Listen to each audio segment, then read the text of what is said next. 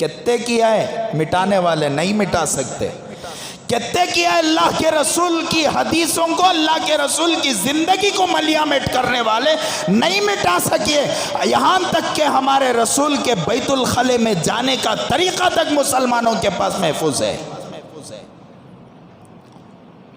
تو یہ یہودیوں کا پس منظر ہے۔ یہ یہودی کون سی قوم ہے؟ دشمنی کیسے ہوئی؟ وہ ایسا دشمنی ہوئی، ایسے کئی چیزاں مسلمانوں سے اتنی زیادہ دشمنی کئی کو، یہ بھی ایک سوال پیدا ہوتا ہے۔ اللہ تبارک و تعالیٰ کا جو نظام آیا نا، چاہے وہ تورات کی شکل میں ہو، چاہے وہ زبور کی شکل میں ہو، چاہے وہ انجیل کی شکل میں ہو، چاہے وہ کسی اور چھوٹے اور موٹے بڑے اور چھوٹے صحیفوں کی شکل میں ہو، کبھی بھی اللہ تبارک و تعالیٰ نے سودی نظام کو حلال قرار نہیں دیا۔ ہر مذہب میں سود حرام رہا اور حرام رہا۔ میرے اور آپ کے آقا تاجدار مدینہ نے فرمایا کہ سود کا اثر اتنا گندا ہے، سب سے چھوٹا اثر یہ ہے کہ وہ اپنی ماں کے ساتھ زنا کرنے کے برابر ہے۔ وہ کس کی جان کون سے کی پرندے میں اٹک کو رہتی ہے، اگر کیا کی محاورہ ہے، منجے محاورہ 3 دن سے ڈھونڈ رو مل رہا نہیں۔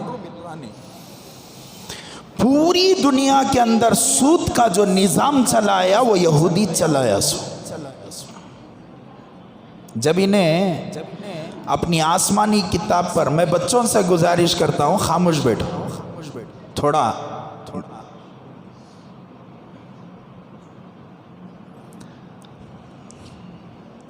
اللہم صلی علی سیدنا محمد۔ جو نظام چلا سود کا، یہ یہودیان چلائے سو، اور آج بھی جو سود کا نظام چل رہا ہے یہ یہودیوں کا پوری دنیا کو انعام ہے۔ سمجھ میں آئی بات؟ اللہ کے رسول جیسے ہی مکے سے نکل کر مدینے کو ہجرت کرے، مکے سے نکل کو مدینے کو ہجرت کرے، سب سے پہلے سودی نظام کو ختم کرے۔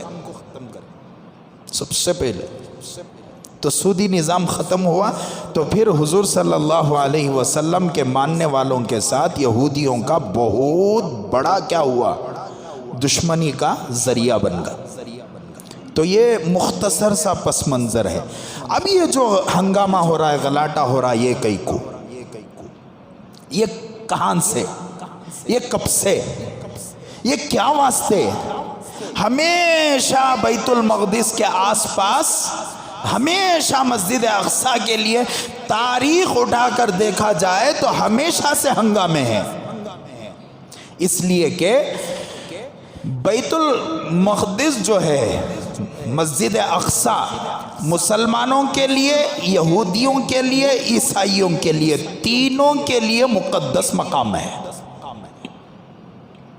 لیکن یہودی کبھی بھی وہ اس زمین کا مالک نہیں ہوا۔ اب یہ جو 4 سال کی 5 سال کی سلطنت عثمانیہ کے ختم ہونے کے بعد، انہوں نے صہیونی طاقتوں اور عیسائی صلیبی طاقتوں کے بل بوتے پر اب کتنے سال سے 2 یا 3 سال سے انہوں حکومت کر رہے ہیں، سو ورنہ ان کی حکومت وہاں آئیچ نہیں، ان کا کوئی وجود نہیں، مطلب ان کی دنیا کے اندر کوئی زمین نہیں۔ حضرت ابراہیم علیہ السلام کے زمانے میں مسجد اقصیٰ کو بنایا گیا، بنانے والے حضرت ابراہیم علیہ السلام تھے۔ کعبۃ اللہ کے بننے کے 40 سال کے بعد حضرت ابراہیم علیہ السلام نے مسجد اقصیٰ کو بنایا۔ حضور صلی اللہ علیہ وسلم سے حضرت ابو ذر غفاری رضی اللہ عنہ نے پوچھا، ایو مسجد وضع اولا، اے اللہ کے رسول سب سے پہلے کون سی مسجد بنائی گئی؟ حضور صلی اللہ علیہ وسلم نے فرمایا کہ مسجد الحرام، سب سے پہلے مسجد حرام بنی۔ پھر آگے میں نے پوچھا، حضرت ابو ذر غفاری رضی اللہ عنہ نے پوچھا کہ اور کون سی، پھر کون سی بنی؟ تو حضور نے فرمایا قال المسجد الاقصی، دوسری دنیا کی مسجد کون سی؟ مسجد اقصی۔ قلت کم بینہما، مسجد اقصی اور مسجد حرام کے درمیان، بننے کے درمیان میں کتنا عرصہ کا وقت گزرا؟ تو حضور صلی اللہ علیہ وسلم نے فرمایا 40 عاما، 40 سال، 40 سال کے درمیان میں وہ بنیاد۔ ٹھیک ہے، حضرت ابراہیم علیہ السلام آئے، حضرت اسحاق علیہ السلام، حضرت موسیٰ علیہ السلام، حضرت عیسیٰ علیہ السلام۔ میں مختصر اس لیے کہ ہمیں دعا کرنا ہے، وقت بھی ختم ہو رہا، 5 منٹ باقی، 5-10 منٹ۔ تو بہرحال تو وہاں سے چلتے چلتے چلتے چلتے آخر میں تسلط ہوا عیسائیوں کا۔ کس کا؟ کہاں پر؟ مسجد اقصی پر۔ اور اتنا زیادہ خون بہایا جاتا تھا اس زمانے میں، مجبوراً حضرت عمر رضی اللہ عنہ کو میدان میں کودنا پڑا، اور حضرت عمر رضی اللہ عنہ فاتح مسجد اقصی بنے۔ اور پھر اس وقت ایک معاہدہ ہوا کہ تمہارے سلیب کو، تمہارے وہ جو پلس کا نشان ہوتا ہے ان کا، اسے ہمیں کیا بھی نہیں کریں گے، تمہارے چرچوں کو کیا بھی نہیں کریں گے، تمہارے گرجا گھروں کو کیا بھی نہیں کریں گے۔ پھر ایک معاہدے کے ساتھ دستخط وغیرہ ہوا، اور کئی سال تک یہ چلتا رہا۔ اس کے بعد مسلمانوں کی حکومت رہی، پے در پہ کئی سالوں تک مسلمانوں کی حکومت رہی۔ اس کے بعد کیا ہوا؟ حضرت عمر رضی اللہ عنہ کے بعد ایک ایسا موقع آیا، کبھی کافر اپنے کیا بولتے اسے، اپنے وعدے پر پکا نہیں رہتا کافر، اور انہوں نے اپنے وعدے کو توڑا، اور پھر وہاں پر اپنا صلیب فتح کرتے ہوئے مسجد اقصی کو اپنے انڈر میں لے لیا، اور اتنا خون بہایا، اتنا خون بہایا کہ تاریخ میں لکھا ہے کہ ایک دن میں فلسطین کی سرزمین پر 70,000 لوگوں کو مارا جاتا تھا۔ گلی کوچوں میں، نالی اور نالوں میں مسلمانوں کا خون بہتا تھا۔ پھر نور الدین زنگی رحمت اللہ علیہ ایک بہت بڑے متقی پرہیزگار بادشاہ گزرے ہیں، جن کے کمانڈر ان چیف حضرت صلاح الدین ایوبی رحمت اللہ علیہ نے دوبارہ اسے فتح فرمایا، اور وہ گنبد خضرا، گنبد زخرا، صخرا، وہ جو گولڈن کلر کا جو گنبد نظر آتا، انہیں مسجد اقصی نہیں، مسجد اقصی کی جو باؤنڈری ہے انہیں 30 چلر ایکڑ پہ ہے۔ ٹھیک ہے، اس باؤنڈری میں 5 مسجدیں ہیں۔ کتنے مسجدیں ہیں؟ 5 مسجدیں ہیں، جس میں سے ایک سب سے اہم ترین، اول ترین، اور جس کی اہمیت اسلام میں ہے، وہ مسجد اقصی ہے۔ وہ جو اوپر جو سونے کے کلر کا جو گنبد بنا ہے، وہ کیا بولے تو مسجد اقصی کے سامنے کے حصے میں ایک چٹان تھی، جسے یہودی بھی اس چٹان کو مقدس مانتے ہیں، مسلمان بھی اس چٹان کو مقدس مانتے ہیں۔ اس چٹان کے اوپر اس گنبد کو بنایا گیا۔ وہ اس لیے بنایا گیا کہ وہاں پر یہودیوں سے عیسائیوں کی اتنی بدترین دشمنی تھی، اتنی بدترین دشمنی تھی کہ یہودیوں کو ہرگز مسجد اسرائیل، اب تو اسرائیل بنا ہے، فلسطین کی سرزمین پر عیسائی برداشت نہیں کرتے تھے، اور اس چٹان پر انہوں نے ان کی دشمنی میں پورے فلسطین کا کچرا بھر دیا تھا۔ کس پر ہے؟ وہ چٹان پر۔ پھر حضرت عمر رضی اللہ عنہ نے اسے فتح کیا، فتح کرنے کے بعد اپنے ہاتھوں سے اسے صاف کیا۔ تو یہ مختصر ترین کیا ہے تاریخ ہے اس کی. میں بہت تفصیل میں جانا چاہ رہا تھا لیکن اب وہ موقع نہیں ہے, ہمیں دعا کرنا ہے. تو یہ مختصر تھا. اب غلاٹا کئی کو, اب یہ جو ہو رہا ہے یہ کئی کو غلاٹا. تو اب تک کی گفتگو میں آپ لوگوں نے یہی سنا کہ یہودیوں کی زمین وہاں نہیں رہی. حضرت صلاح الدین ایوبی رحمت اللہ علیہ کے فتح کرنے کے بعد پھر ایک لمبا عرصہ مسلمانوں کی حکومتیں وہاں چلتی رہیں. حضرت عبد الحمید عثمانیہ سلطنت کے بادشاہ, ان کا دور آیا. سلطنت عثمانیہ ارطغرل غازی, وہ کیا وہ پروگرام لوگاں دیکھتے نا, وہ وہاں سے پھر مسلمانوں کا عروج شروع ہوا. پھر مسجد اقصی ان کے پاس آ گئی, مدینہ منورہ ان کے انڈر میں آ گیا, مکۃ المکرمہ کعبۃ اللہ ان کے انڈر میں آ گیا, اور ترکی کی عمارت ہمیں سنتے تھے نا, وہ سب انہی کا بنایا ہوا ہے. تو مسئلہ یہ ہوا کہ جیسے ہی مسلمانوں کی حکومت چل رہی تھی, یہودیوں کے پاس کوئی جگہ نہیں تھی. پوری دنیا میں کہیں بھی یہودیوں کا ملک نہیں تھا. ان کے سازشاں کو دیکھ کو کون بھی رکھ لینے تیار نہیں ہوتا تھا. سمجھ میں آئی بات؟ تو آخر میں انہوں نے سازشیں کی, اور ان کے ساتھ کبھی کفر ایک ہے. ان دونوں نے مل کر سلطنت عثمانیہ کو گرایا. کیا سازشاں کرے, کیسی سازشاں کرے. اللہ اکبر. وہ تاریخ اگر ہمیں پڑھتے ہیں یا تاریخی واقعات ہم دیکھتے ہیں تو معلوم ہوتا ہے کہ جن سازشوں کے بارے میں ہم وہ گمان بھی نہیں کر سکتے, ایسے سازشی قوم ہے یہ لوگ. تو ان لوگوں نے سلطنت عثمانیہ کو گرایا. اس کے بعد ایک جنگ شروع ہوئی.